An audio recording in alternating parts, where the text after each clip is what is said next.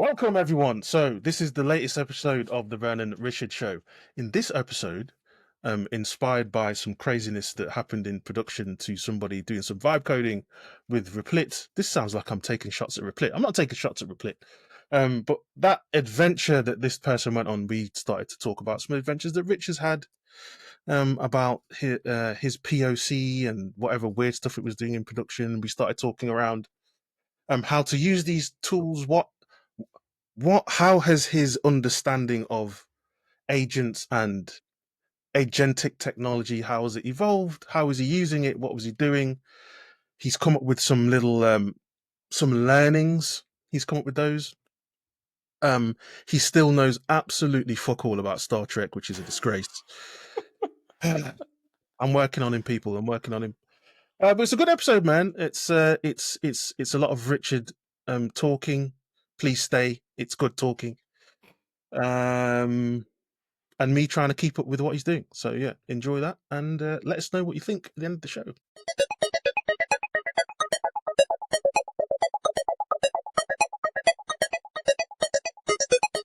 Greetings and welcome to the latest episode of the Vernon Richard Show.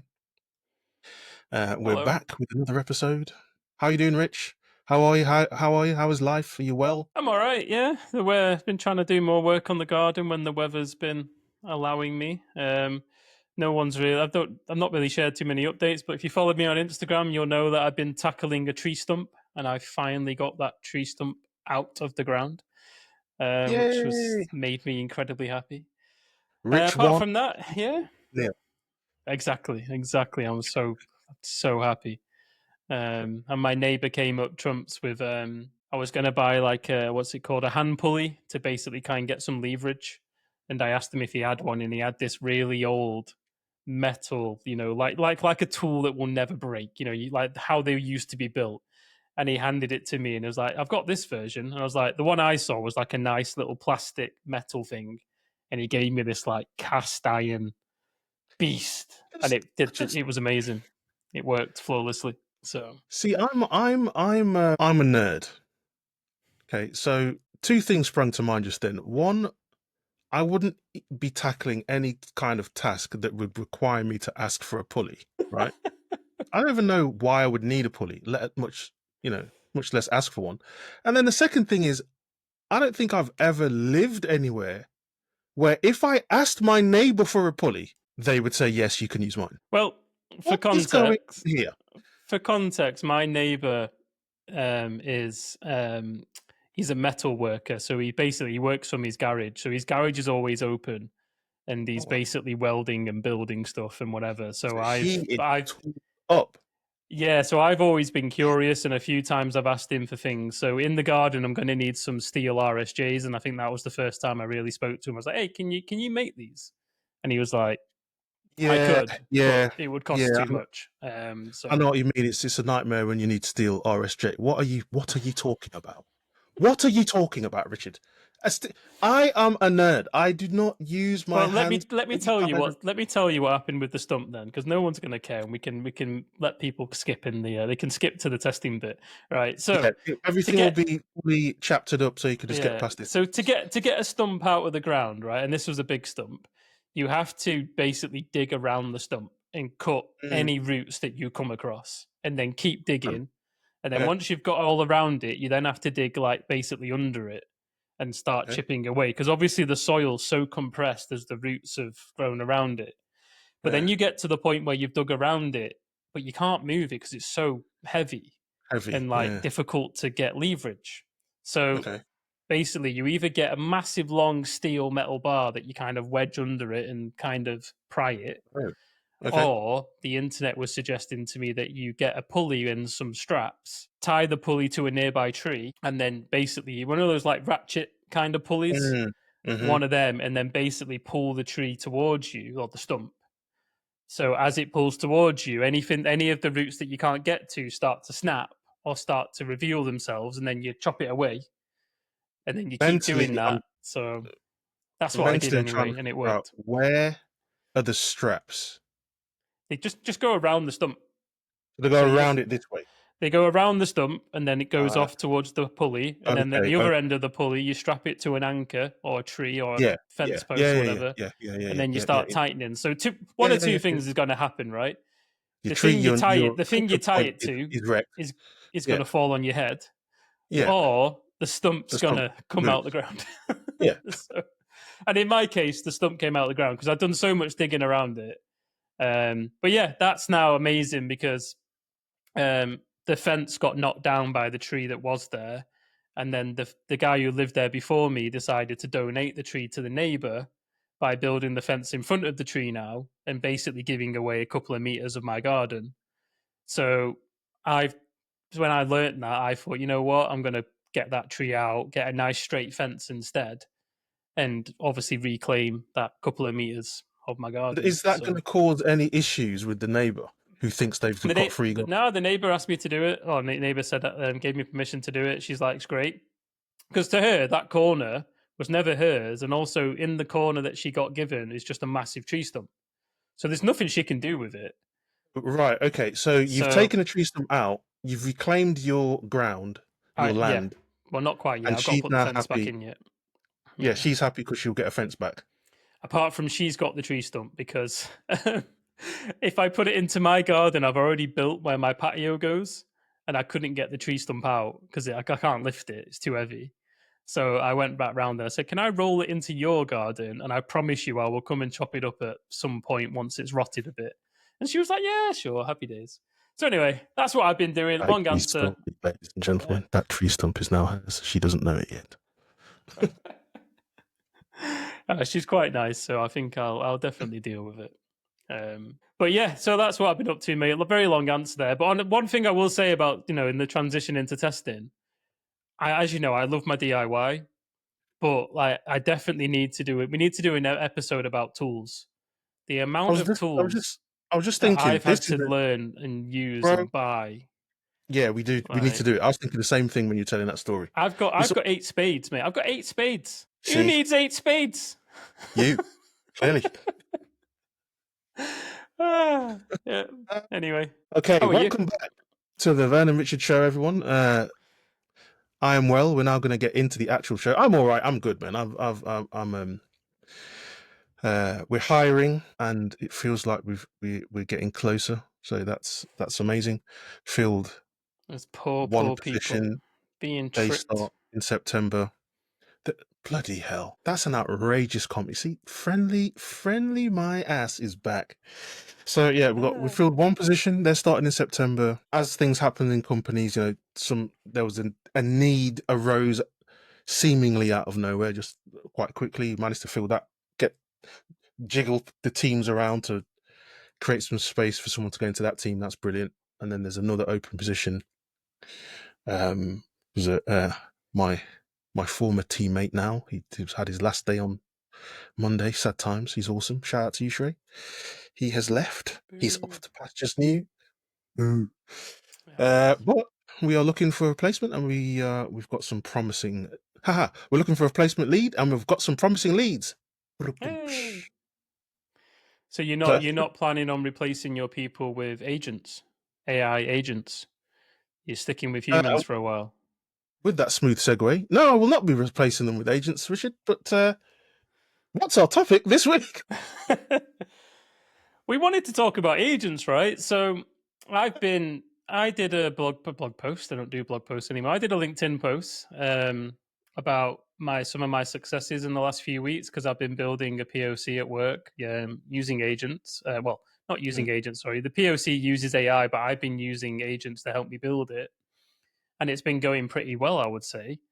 But then you shared a LinkedIn story. I think it was it Replit, the tool in question?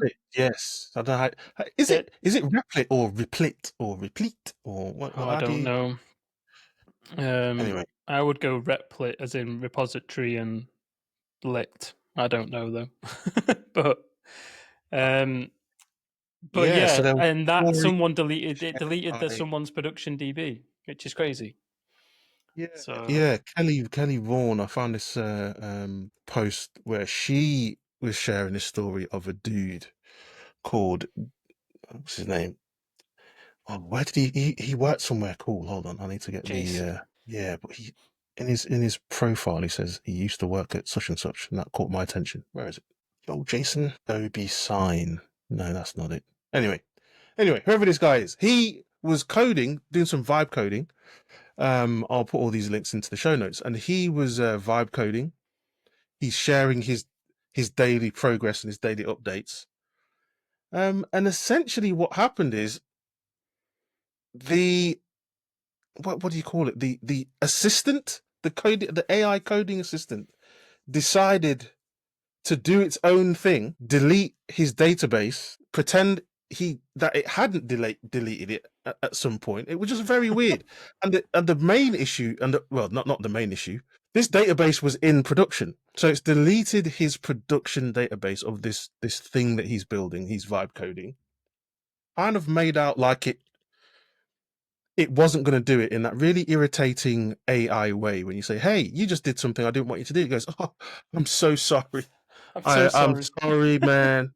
You're right. You're right to call me out on it, man. I'm a bad guy. I won't do it again." Only to proceed to immediately do the same thing again right after it said it's not going to do it again. It's a bit psychopathic when it does that. I don't. Is that the right word? Narcissistic? What is it? Nasty, yeah. I don't know. Sociopathic? Yeah, Anyway, it's a gaslight. No. bit too keen to please, isn't it? Yeah, but then also lie in your face. Yeah. Find that mad. So yeah, kind of wanted to talk about that a bit, really, and then and also when you were talking about your POC that you're building, it's something that I want to start encouraging my team to do. Start experimenting a bit more with AI, seeing how and where it might benefit them, because our CEO is extremely keen on us using AI tools in our day-to-day work. He's constantly encouraging us, and some would say badgering. If you listen to this, Georg, please don't fire me by saying that you badge everybody. No, but he wants, but everyone is being encouraged to find ways to use this technology in their day-to-day work. Literally doesn't matter. Like, this is not just an engineering kind of mission. It's like everybody find ways to use this thing. So I'm sure people in my team are using it, but I wanted to get some ideas from you, maybe some ideas from the audience of things that we could do from a testing perspective with the technology. We've got access to a few things, got access to things like ChatGPT and coding assistants and things of this nature. So yeah, maybe there's some other tools that we should be investigating as well. So where shall we go? Where should we go? Well, I suppose we can go down two routes here. We can discuss ways that you think you can use it, or the other thing is I've been using it for coding recently, and I've came up with like kind of 6 tips that I shared on LinkedIn the other day around how to basically not have them destroy your code and make the whole experience awful. So you can either go there, or we can start with ways that we think you can use it. Let's do the ways we can use it second. Okay. So Yeah. the way I've been using it, which again, I think this can apply to what you're asking too, right? So as I think I've mentioned this plenty of times before, I work at a consultancy, right? And sometimes you end up with downtime in between projects. And we have an awesome way of doing things, and when we're in between projects, and there's like proper tasks that you can pick up that people in the business actually want.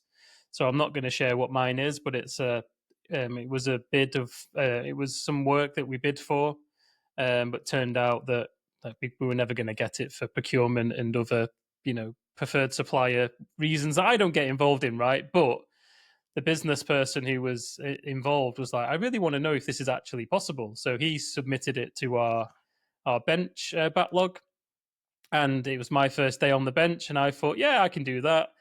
And I know how to build websites, I know how to code, I know how to do front end, I know how to do AI, and also we recently got access to GitHub Copilot. So I thought, you know what?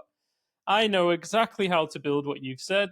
I know exactly how I would build what you've said. How to build it, I am not 100% sure, but I know at least 70% of how I would do it. So I thought, Okay. I'll be brave, I'll take that. And also, back to last week's episode, there's an encouragement to wear different hats at work. So I thought, I'll go stick my software engineering hat on and, let's give it a shot. So yeah, I started it. I decided to use Next.js, which is the framework that kind of makes React a bit easier and backend kind of server side React stuff and Node.js. And I've used it to build a test app for some training courses. So I thought, you know what, I'm going to give that a go. And it's new and it's got really good docs and AI knows most about it. So I thought that, I say most, sorry, AI knows a lot about Next.js. Okay. And yeah, it was all going really well. I got this app up and running probably in, I don't know, probably like 3-4 days at most, I would say. And that sounds like a lot, but that's probably 3-4 hours a day, maybe, of like, back and forth. And there was a lot of designing that needed to be doing. And to be clear as well here, like talking about how we could use it, I didn't use AI to go, how would you build this? I'd already decided how I was going to build it and what tools I wanted to use. So I already decided my DB was going to look a certain way. And I decided that I was going to use a tool called Prisma as my ORM layer. And I'd already decided I was using Next.js. I'd already decided I wanted to use server-side APIs. So I'd made all these decisions. So I didn't start by going, my business has asked me to build A.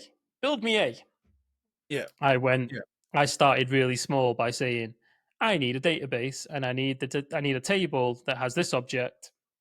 The object should have these 6-7 fields. Build me a Prisma schema to do that. So I was very specific and quite clear. And yeah, I got going really well. But yeah, I decided the other day after doing this for 3 or 4 days in a row, I was starting to see some patterns. And it's really funny when you messaged me about that dropping of the database because I'll get to it, but it's something similar happened to me. So yeah, when you hit that, I was like, you know what, that's terrible, but I can understand how that happened. So yeah. So talk us through it then. So what was your, how did you, what were you doing each day with this coding assistant with the agents? Why were you using agents? Yeah, so And then when did you run into the similar problem of So I the agent? decided to use agents. So if you've not used Copilot recently or GitHub Copilot, there's like 3 modes now. You've got Ask, which is basically just asking a question, but obviously Okay. it's got context of your code base, right? So it's aware if you add a few code files, it's aware of your code. So when you And ask the how question, it's a bit specific, a bit more specific. is that similar to the UIs that we're used to with things like Claude and ChatGPT? Yeah. So you end up with a little chat on the right hand side. There's a message field, and then there's a bit above that where you can add context. So you can Okay. choose a couple of files, or if you're actually in a file, you can do Command Shift I, and it will take the line of code that you're on and use that as its reference point. And then Okay. obviously because it's inside VS Code, it can then open those files and read those files and use them as part of its prompt. So So is that's that the something ask that's mode. not there all? So it's not like you're in the IDE and you can just summon this thing, ask it a question, Exactly and that. It's like it's no different than any the GitHub extensions, the Test yeah. Explorer. It's just another tool within inside VS Code. Okay. And then it's got an edit mode, which is and again, lots of people probably done this. If you get a response from ChatGPT and you're like, I like that code, you can it will just edit it straight away for you instead of you having to copy and paste it and do that. But there's Okay. nothing fancy about it doing it. It will literally just edit the code straight away. And now it's got this agent mode where you can basically give it more of a task and it will go off and search the code base, find answers, try things, test things, and do stuff. And that's where I ran into the issue with the DB. So one of the options with using GitHub Agents now is it can run command line scripts Okay. for you. Now, there's 2 options you can do here. One is you can just let it run whatever the hell it wants. The other option is it will tell you that it wants to run this command and you have to click run. Okay.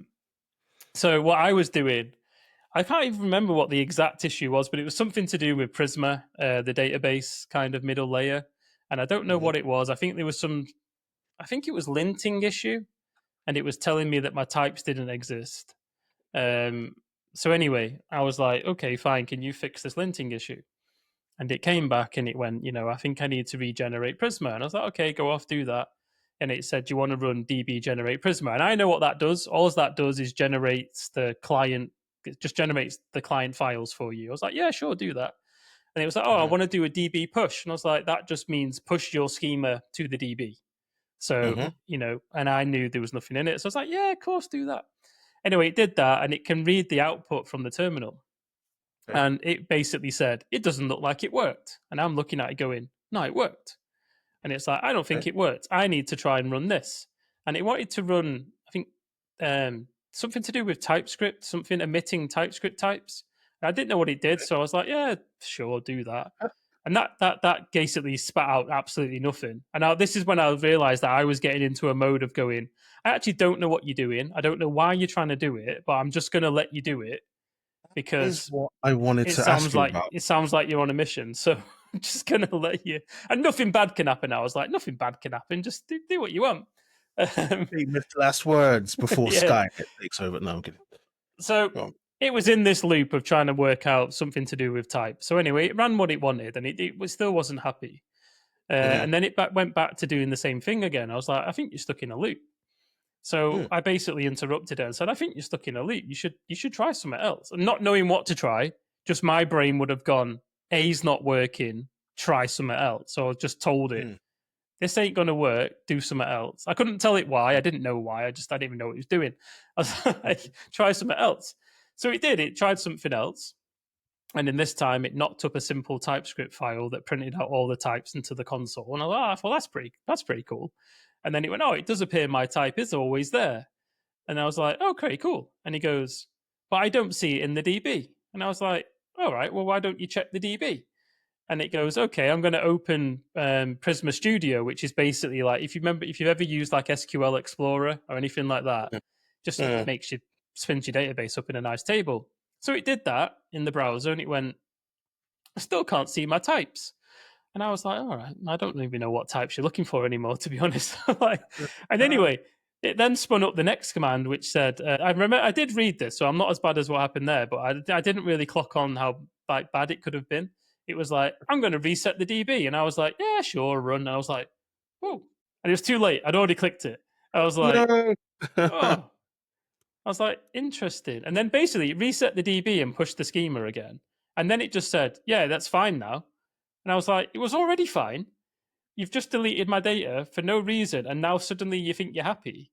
It was such a weird loop. But in essence, like, I let it just go away and do what it wanted. And also, if I didn't have the run permission. So in this instance, it's my fault. I clicked run.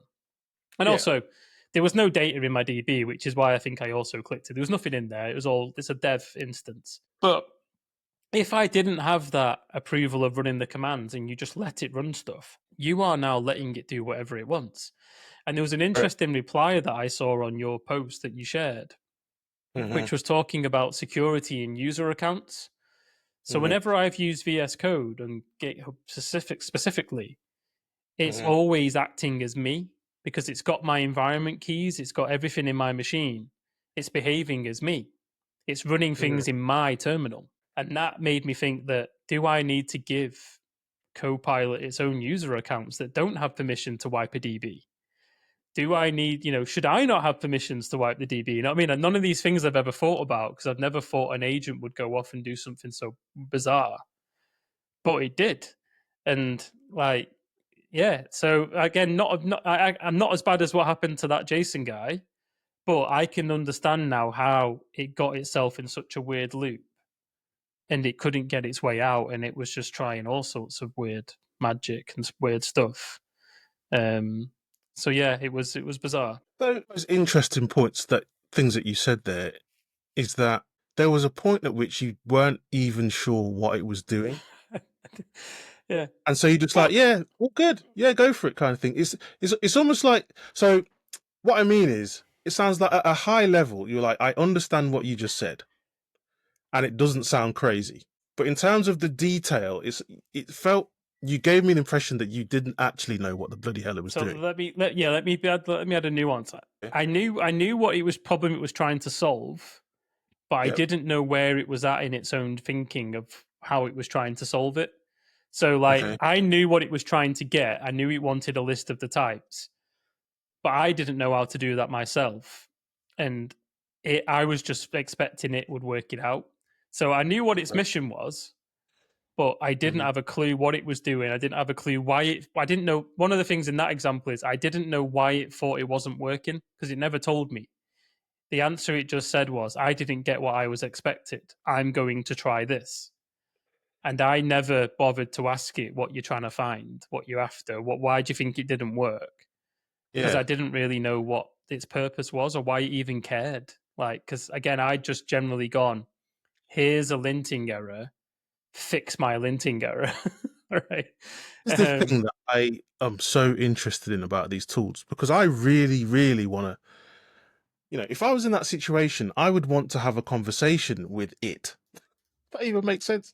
So I said, why do you think it's not worked? So that would be the difference between the agents and the ask bit, though. So I specifically had gone into agent mode, and in agent mode, it will keep going until it's done your task.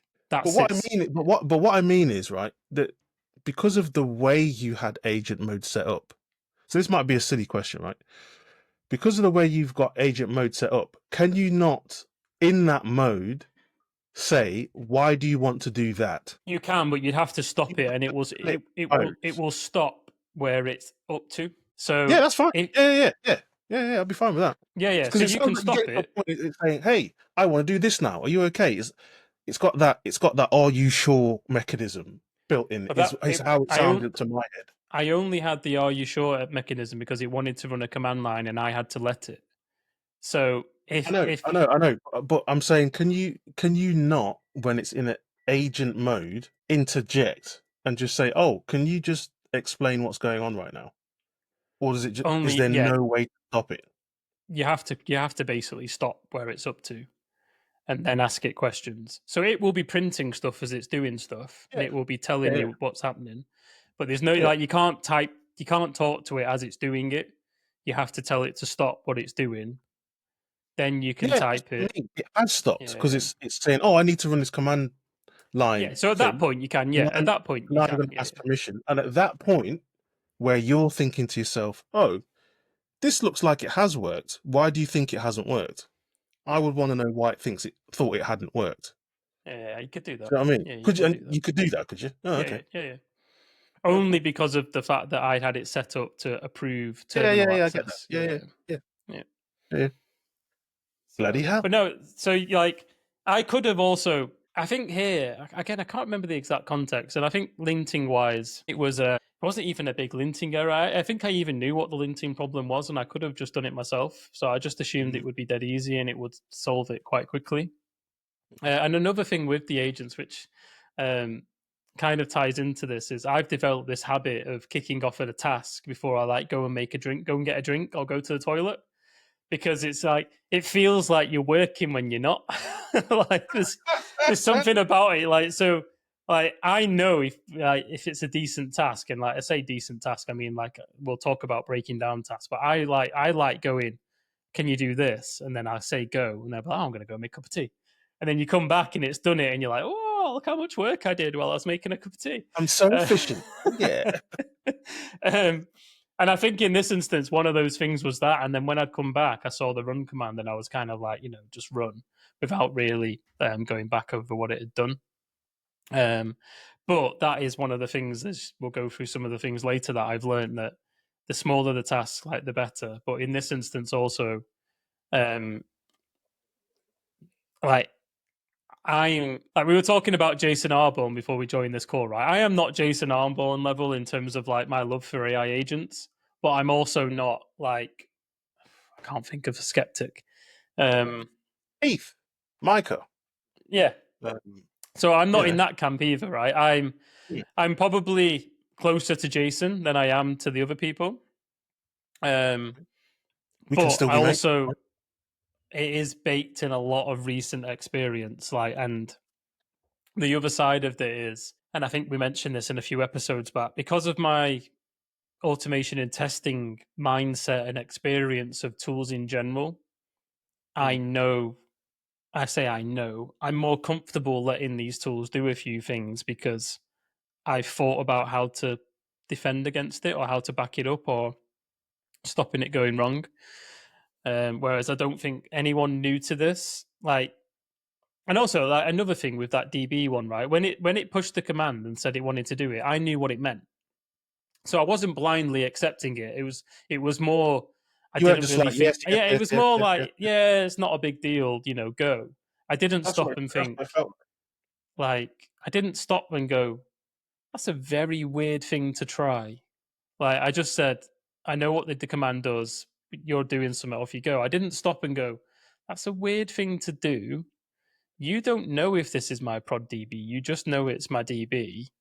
You don't know what's in the DB. Like, it's just, it was a very weird thing for it to want to try. And that's the bit that I didn't slow down enough until you sent that link, and I kind of connected the dots and went, I did that. I did that recently. Like, it's bizarre.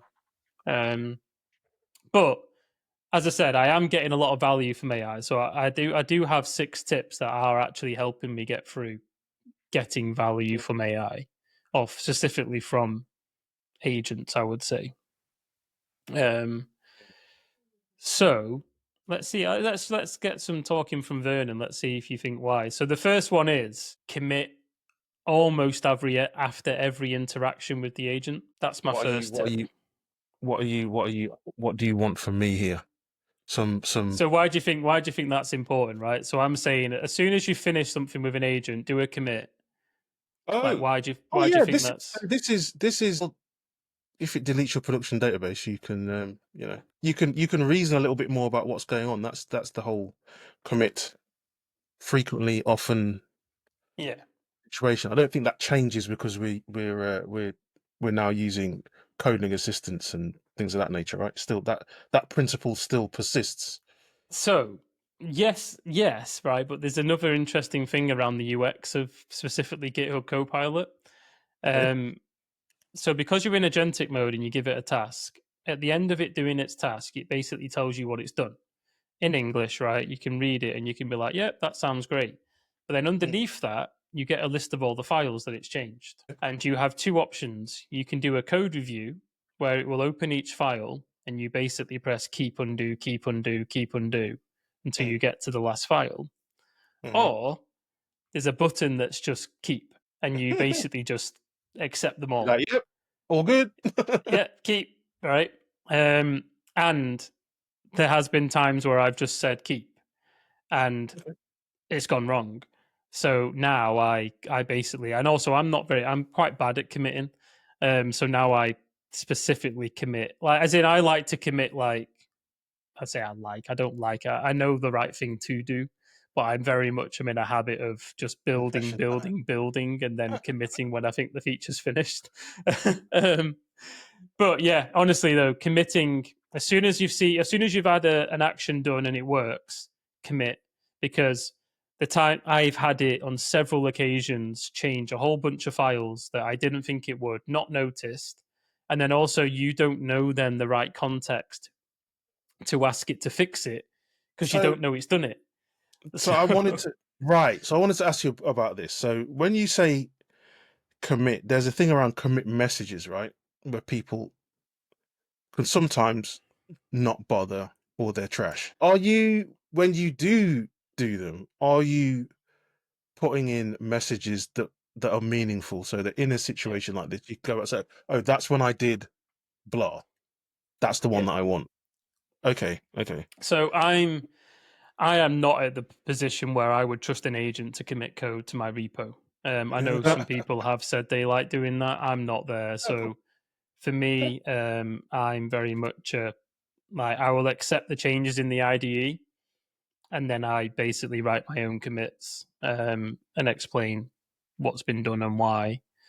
Okay. And I write them myself. Again, I know people who would get Copilot to do the commit or even write the commit message.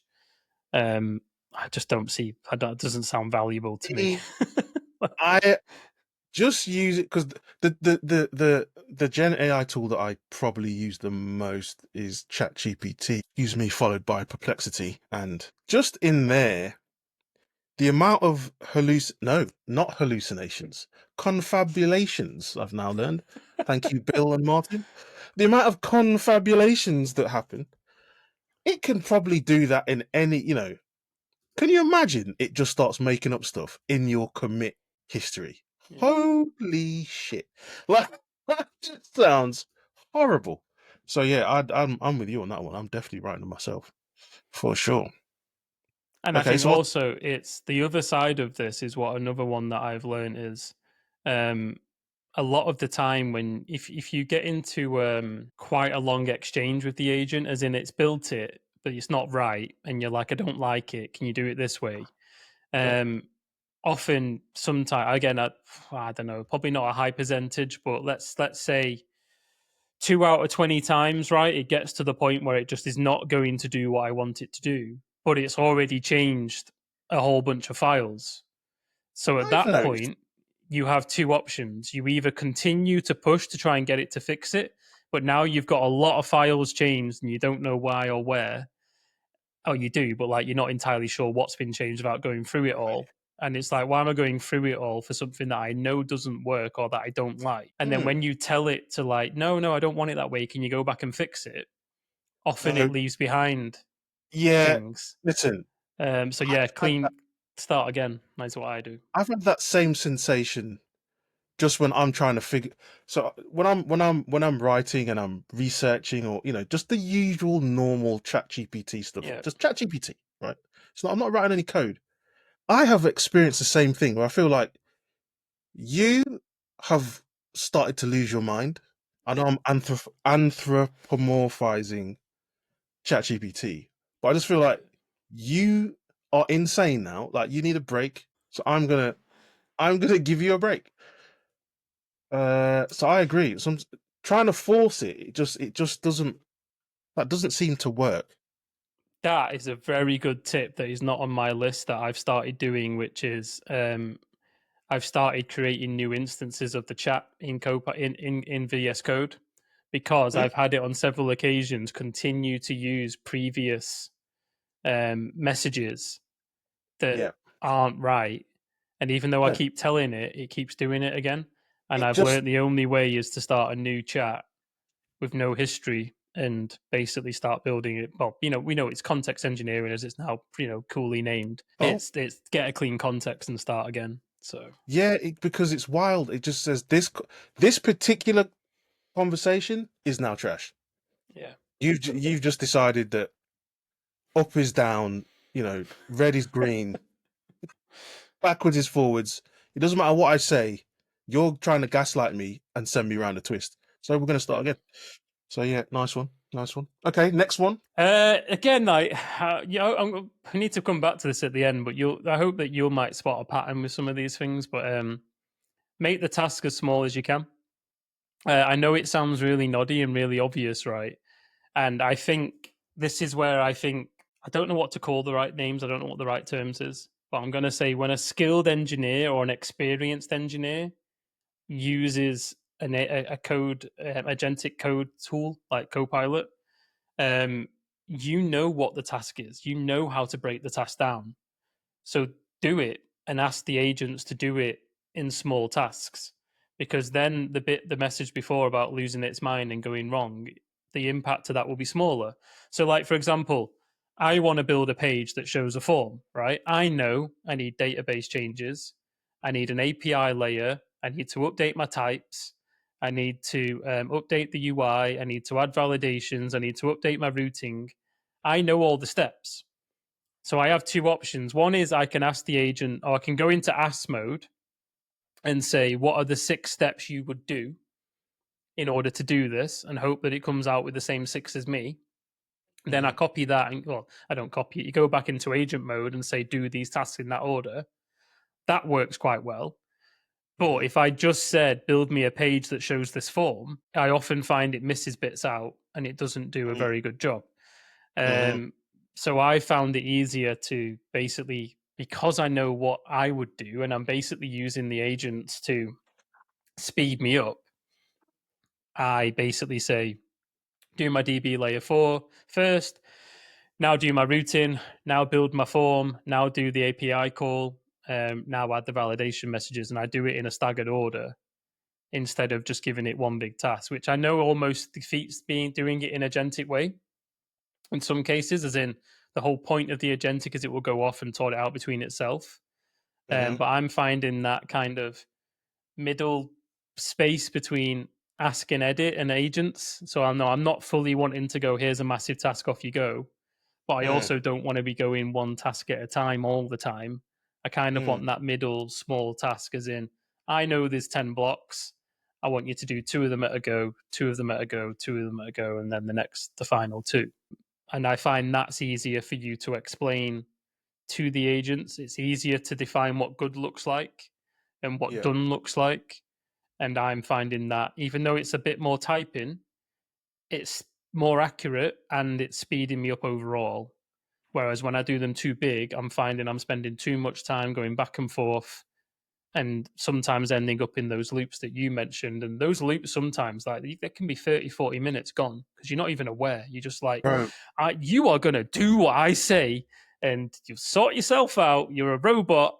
Like, get, listen, get tangent. your shit together. Do you remember a few weeks ago where I said to you on a Sunday night, oh, I was trying to get this done with ChatGPT and I've lost the whole day or something.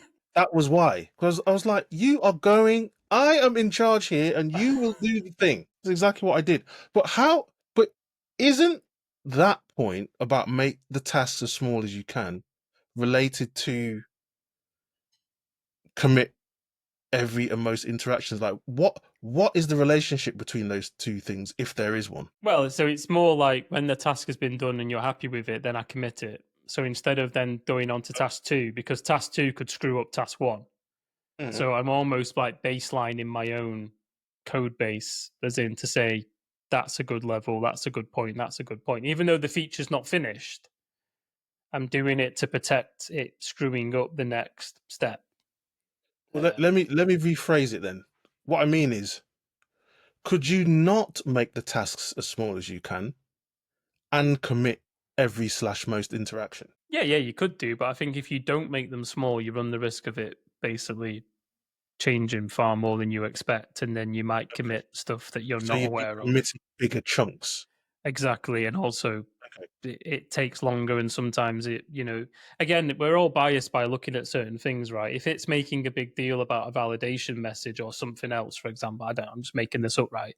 You're kind of drawn to look over there, and that means you don't do as much looking over here, perhaps. And it's Look at the very eyes. Look at the easy. eyes. Look at the eyes. Not over Yeah, here. it's Look at very easy when you go through the IDE just to be like keep. yeah. Um, so that's another thing. And then also, I like 2 and 3 are the same, but yeah, like as I That's what. mentioned, Yeah. it's I did the same thing.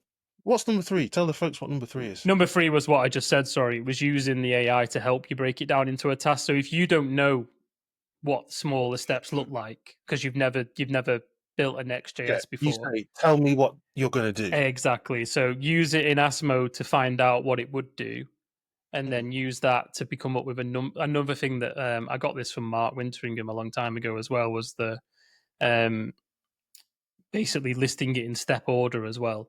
So basically, number 1, do this, number 2, do this, number 3, do this, and I want you to do them in order, like, because then it will do them in order. Whereas when you write, if you write a load of English, which is, and I want you to add validation, and I want you to do this, it's going to mush all that together and basically end up with, you want a form with validation and blah blah blah, and do it in whatever order it thinks is correct, as opposed to an order More. that you think is better, or the order you would code it if you were coding it yourself.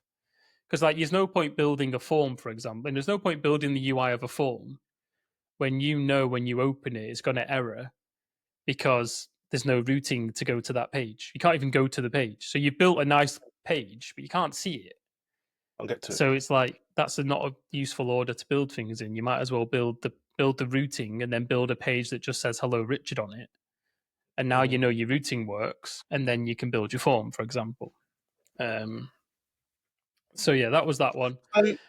So you can see. I'm talking that from a perspective. I have not fired up these tools, right? So you can, but what I'm liking it's reminding me of when I watch somebody like a James Thomas or somebody like that work in the command line, where they're taking the output of one file or command and then piping it into another Yeah, one and then yeah. doing a thing. And then it almost sounds like you're going, oh, in AS mode, you're saying blah, and then you're taking that and then putting it into agent mode and saying, right, go do that thing. And then, you know what I mean? It's pretty cool, actually. It's pretty cool. Well, under the hood, so we've not, just to take one step away and back to that the person deleting their DB. One of the other things that recent changes was it can now open a browser and use Playwright to talk to the browser. So one thing you can do now in your prompt is you can include that you want it to test it. And I don't mean automatically test it as in write an automated test. You can tell it, and I want you to check that it works. And then what it Yeah, does is yeah, people getting very excited. it opens the browser. It will navigate to where it thinks it needs to go. Yeah. You could literally say to it, "Oh, let's say we've built a new shop, but there is no Mhm, shops in the system." You can mhm, basically tell it you need a shop, and then it will look at your code, look at your schema, and then it will build a seed file. Then probably ask you, "Can I run can I run Prisma generate seed?" And mhm. then it will go, "Oh, it told me it's ID 1," and then it will go to shop/1. Like, it's pretty cool. Like, it can do those things. But again, it's the experience of the engineer to go, was that a good enough test? Is that, does that Exactly. work? This is the And thing that's that is sometimes this is the lacking. thing. I keep this reference is going to be so wasted. You already know where I'm going with this. So, like, one of my favorite TV shows is Star Trek, especially Star Trek: The Next Generation, and they are constantly. I've got a picture of Geordie LaForge. He was like the chief engineer on the Starship Enterprise in The Next Generation. And him and Data and God knows who else to be constantly talking to the computer, asking it questions, telling it to do this. And it was very, very conversational. And it feels like with every evolution or additional feature, we're becoming closer and closer to that. But the reason I bring it up is, you know, Geordie LaForge, Lieutenant Geordie LaForge, was like a bad boy engineer. Like, he knew about engineering, so he wasn't just. It's it's what you were saying before. It's you can give these tools to people who don't understand software engineering and they can accomplish some things. And I imagine that would be different if you give it to somebody who isn't software engineer. They could also accomplish some things, but they would accomplish it, I don't know what the right word is, better, more effectively, differently, because they would have a different appreciation of what the tool was doing under the hood. They may use it in a way that was different to the way that somebody like me would use it, or somebody like, my dad would use my Jesus. I can't imagine my dad using But ChatGPT. Bloody hell. Anyway. you're right, right? So be like that. I'm just going to quickly fly through the other tips, right? It was test early and test often. Review the code yourself and get other models to review the solutions. And the reason why I brought that up is, like, talking about things like code quality and standards and patterns and um, good practices. If you don't know what Mhm. they are, you can't Right. review the code. It's like So you in don't know what what you you've don't know. just said, you will get a working website. Absolutely, you will. And if you keep going at it and like letting it, keep going until it gets out of its loops, because you don't know, you can't stop it if you don't know. You're just going to keep going until you get the page right, and you're going to keep refining what you're asking it, and you're going to get pissed off and you're going to get annoyed. You're like, no, I said this should be pink border, and you're just going to keep going, right? Uh, And eventually, uh, you will get what you want. But a skilled engineer would be able to write something more like, no, you keep changing the border style to be solid, and I wanted it to be dashed. I want you to use mhm, Tailwind Class A. You're going to get out of mhm, that loop so much quicker. mhm, And then also, you're going to be able to notice, not just when you get stuck in those loops, you're going to be able to see the code it generated and go, that is absolute trash. That is not the mhm, pattern that I want to use in this code base. And then you mhm. can say, use pattern A. Or, as I mentioned at the start, you can define that from the very beginning. And there's Yeah. cool things now that I've not had chance to play around with yet, but you can have templates saved in GitHub Copilot that basically are part of every prompt. So you can write a template now that says, I want all my Prisma to be written this way. I want all my APIs to be named this way. And you can write all these rules essentially. So you don't have to remember to tell it every time you start interacting with it. So I've not got round to doing any of that yet, but that sounds like it would solve a lot of challenges that I've come up where I'm having to repeat things like, no, I don't like that class, or stop me. Like, one thing it keeps doing, which I found annoying, is it keeps not adding the cursor to my buttons. So when you hover over a button, it changes the cursor. It keeps not adding that class. And I think 5 times I said to it, you may keep making buttons that aren't got the little cursor on it. It's like, stop doing it. But now I could add that to a template and I would never have to ask it again. But I've not done that yet. Again, So my experience of these tools is I find that spectacular. It is enraging. I find when it does that. Yeah. It said, hey, you can create a project in ChatGPT and give it instructions and concept. Here's how I like to work. My nemesis with ChatGPT are N dashes and M dashes. There's long hyphens. Yeah, they're always coming up then. It doesn't matter what I say to this thing. Don't use them. It'll go, yeah, okay, I definitely won't use them, and then just splash the page in N dashes and M dashes. Why are you doing that? I don't. That's not how I communicate, man. or maybe it's verbally. When I write stuff down, it looks weird. I'm like, whoa, why you got all these bloody M dashes all over the place? Bloody emojis everywhere as well. But anyway, but I find I'm that guessing, is it as irritating in these coding assistants and coding agents when you give it the context and instructions in a session? Does it tend to follow them, or is it all Gen AI under the hood, so it just kind of decides when it wants to listen and when it doesn't? It's a bit of everything, mate. So to say, to go back to context engineering as it's now been labeled, right? You can only engineering sick. Yeah, so how we had prompt engineering, try and get it to the right prompt. I think we've now realized that, not realized, right? Someone gave it a fancy term, right? But I think back to some of our early episodes, we spoke a lot about context. So now there's this context engineering phrase, which is basically thinking about how much context you need to give it, and then obviously then have a very good prompt. Like, how much context does it need to know to be able to do what you're asking it to do? So a lot of that context was put into the prompt, as in when people spoke about prompt engineering, but now they've realized it's its own separate kind of thing. And you have a good prompt on top. But yeah, it's like, so the reason why I mentioned that is, yes, it does do an okay job, but one thing I found is once your code base becomes quite big, it starts to struggle because it can't find all the files that you want it to do. So I had a LinkedIn exchange with Jit on earlier, because he was asking people, Jitesh, he was asking if he'd had anyone had success with refactoring. And I've had pretty poor success with refactoring on a large code base because it doesn't find all the right files. And then it goes and rewrites a method and then doesn't update all the places that use that method, which blows my mind because you can literally right click the method and go find all references. And the IDE will tell you everywhere that uses it. And I just don't get why that basic thing is not being used by the agents. Are you saying the cognitive load of the tool is smaller than a human? Dun, dun, dun. Yeah, literally, that is exactly what I'm saying. So again, back to context and back to that prompt templates and back to how the rules.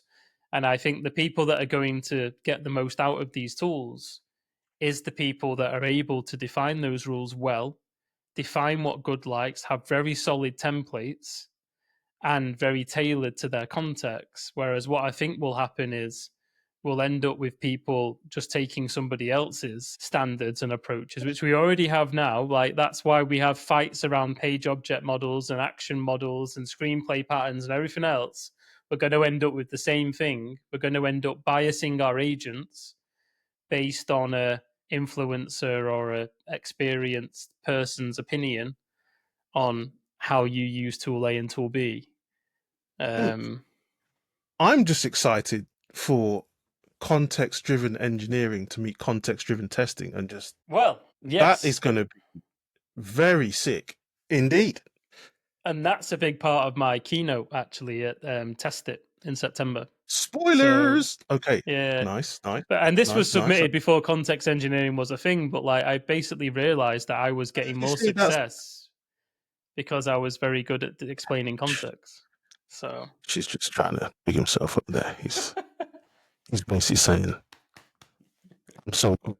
I invented this shit before everyone else invented this shit." I wish, excuse me.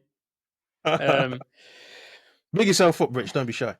But sorry, I Yeah, wanted to do one more reference back to your Star Trek thing before we end, right? So you mentioned I can't remember his name, George. Geordie LaForge. Fucking hell, Geordie Georgie. LaForge. God damn you. Oh, Geordie. Okay. So Big G on the Star Trek Enterprise ship. Vernon's frozen, so I can't see his reaction. So you mentioned Georgie, Georgie Porgy, pudding and pie. Listen, have some respect, Bradshaw. God damn it. But what I want to say, because I know you've not had a chance to play with these tools as much, right? So what you just described there and them having a conversation is very much how people are using the Ask mode or ChatGPT. Whereas when we bring in these agents, we're almost trying to we're replacing that conversation with a bunch of trained agents that are going to have that conversation on their own and give me a result at the end. So I don't know Star Trek, I don't know enough, right? But I'm gonna make something up, and don't shoot me down, right? Put the engines at 98. Put the engines at 98% thrust, right? Well done. So Good example. but it can't be done, right? Because there's an issue. So in this mode on the show, they're going to come back and say, we can't do that because of reason A. And then Geordie, Geordie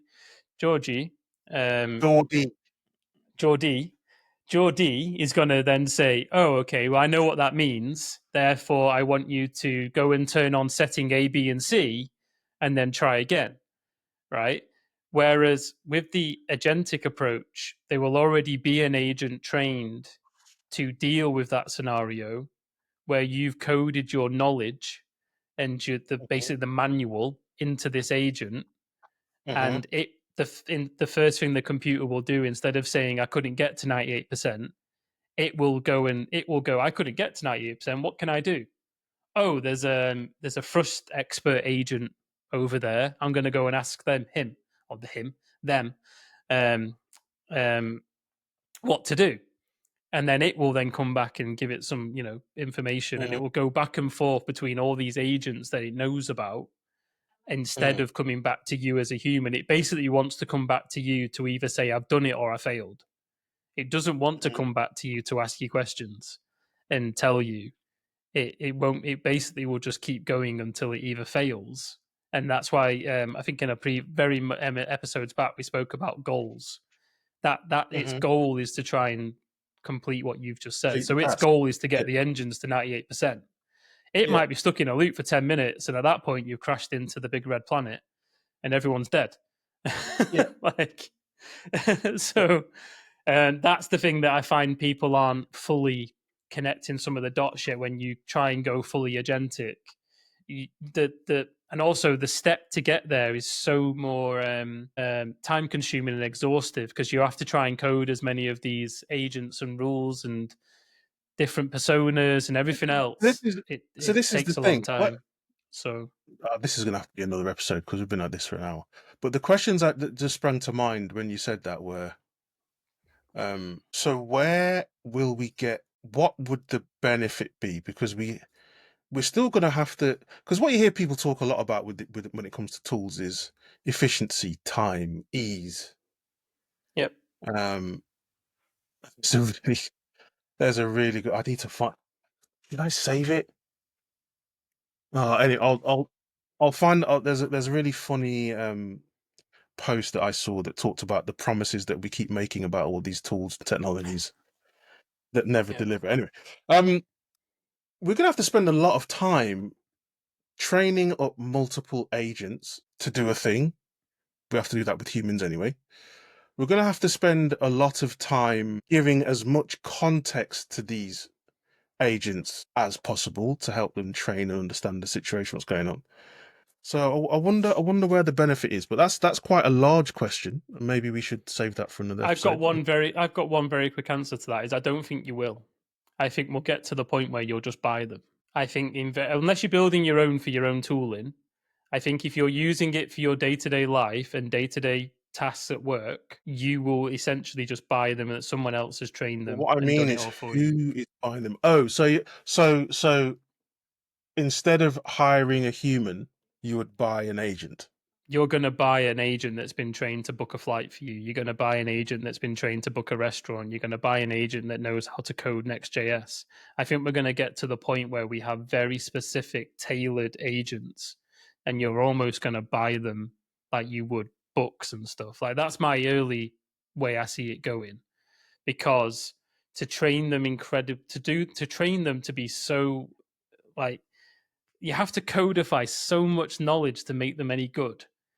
You know what else It, you need to yeah, that's my early hunch. I think it will happen. I think it will happen. But do you know what? Do you know what else? You just reminded. I might have mentioned this before in another episode, but Meredith Whittaker. She a CEO Signal or she's at the top of the tree somewhere on at Signal, and she was talking about agents. So Signal, for the folks who don't know, is a messaging app that is very very very security and privacy focused. And when she was talking about agents, there's a video clip. I'll try and add it to the show notes, and it's very sobering. It talks because she talks about, you know, yeah, these agents. She goes, first of all, the promise of the agents is a bit wild in the first place. But let's just say it could do all these things. The amount of access that you'd have to give it oh in yeah, order for it to do the thing crazy. is, I'm paraphrasing what she said, it's terrifying. I don't think she used that word, but that's what I felt like when I was listening to her explain what, because for example, to book a restaurant sounds pretty benign. You would need to give it access to your browser so that it could go and book the thing. Your browser history, your browser history, people. And then you're also going to have to give it access to your friends list, your contact book. Yeah, potentially. Yeah. You're going to have to give it access to something like Signal to go and message everyone and say, oh, we've made the booking for such and such a time. You're going to have to give it access to all your payment information. And then one or two things she said, which I hadn't thought about because she's, significantly smarter than I. She was saying, because there's two really important things that she said that really blew my mind. She said, because there's no way for these applications to communicate with each other directly, it's all going to have to happen off of your devices. All of that interaction will not happen on your devices necessarily. And then she also said there is no protocol necessarily you'd basically have to unencrypt everything so that the tool could see what was what. So it's not on your machine and it's not encrypted and it's got access to absolutely everything just to book a dinner date with your mates at the restaurant. Yep. God damn it. That's true. Yeah. This is annoying. And also, just to wrap that up in this episode, it's the exact same thing with your code, right? You're going to have to give it your code base, your GitHub keys, your secrets. Like, exactly. like everyone loves hiding their secrets, right? But how many people have them in an environment file in their code base that can now see that? It's mad. And that brings us right back to where we were at the start of the show. So Replit, I would say, just go yeah, delete code your database in production. And if and that, geez. Anyway. I will wrap it up in one sentence, or try to. I am enjoying it. I am getting value, but I think it's solely because I know what I'm trying to do and I know how to do it, and I'm almost just delegating the work to the agent. If it was something I knew nothing about, I don't think I'd like it, because I wouldn't. I'd have to go back to that previous episode where I'm going to have to try, learn, which is fine, but that's going to slow me down. Whereas here, I know how to do the code. I just don't want to write it per se, or it can write it quicker than me. So I'm and I think delegating it. I think another factor, tell me if I'm wrong, is the blast radius is somewhat contained. So whatever you're doing is not that serious. Yeah, yeah, yeah. But even if it does go pear, you're like, it doesn't, you know. It's a POC. Yeah, Yeah. and even when I've had it writing tests for me, again, I'm not going to blindly let it add tests and commit tests to my code base. You know what I mean? I'm just going to let it get to a point. But yeah, I would say like I am definitely. I'm not in favor. I'm not like I love them, but I am getting value, and I think that's the important bit.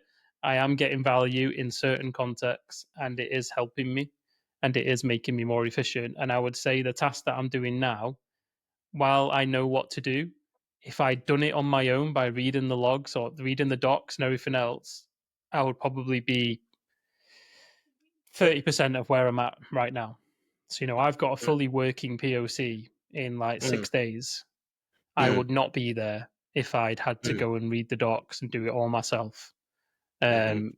But I've got I've got as far as I've got because I am enough. I know enough. I'm a tech savvy enough. I'm experienced as an engineer enough to have been able to ask the right questions, the right prompts, break down the work into smaller bits.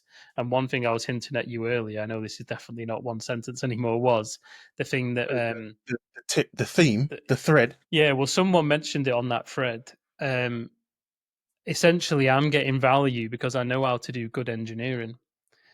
I know Mm, what good engineering looks like, and I'm that's what I'm using saying. Yeah, yeah, and people who don't know, and like we joked on the thread that you know there's still so many companies that aren't doing any of those things that I suggested for their human code, yet exactly. alone agents, which is terrifying and crazy. And I think the journey for those people into the world of AI is going to be a lot more painful. Um, Hmm. because they've not got those good practices in already. They're almost not ready for AI transformation. If you go back to digital transformations, right, like Exactly what I was they're thinking about. they're not ready for it, and We're trying to amplify a shitty process, trying to yeah, absolutely, digitize a shitty process. But yeah, let's wrap it up cool, there. I want yeah, yeah, all done. next episode and talk about um some ideas about, and if you have some ideas about how I can um start exploring the use of AI enabled tools with my team, that would be amazing. But that was a very interesting episode there. So thank you very much, Ricardo, for Yeah, sharing spoke a your lot. Thank you for adventures. listening to me. No All right. thanks for disrespecting Star Trek. God damn you. Okay. Uh, If you've got any thoughts on the conversation that we just had, if you've got any, if you'd like to engage with the conversation about tools deleting stuff in production and the cool stuff Rich was doing, let us know. You can always hit us up on the Vernon Richard Show on LinkedIn. You can hit us up in the comments. How many subscribers do we have on YouTube? I'll tell you, not enough, goddammit. So make sure that you subscribe, like, and share on YouTube, Spotify, wherever you listen to the pod or watch us. Did I miss anything, Rich? no, no. I just wanted to sign off by saying live long and prosper. Vernon, you're dismissed. Until next time, see you on the other side. Um, And that's what ChatGPT told me to say and how you say goodbye in Star Trek. You're an absolute disgrace, Bradshaw. Good day. That's outrageous.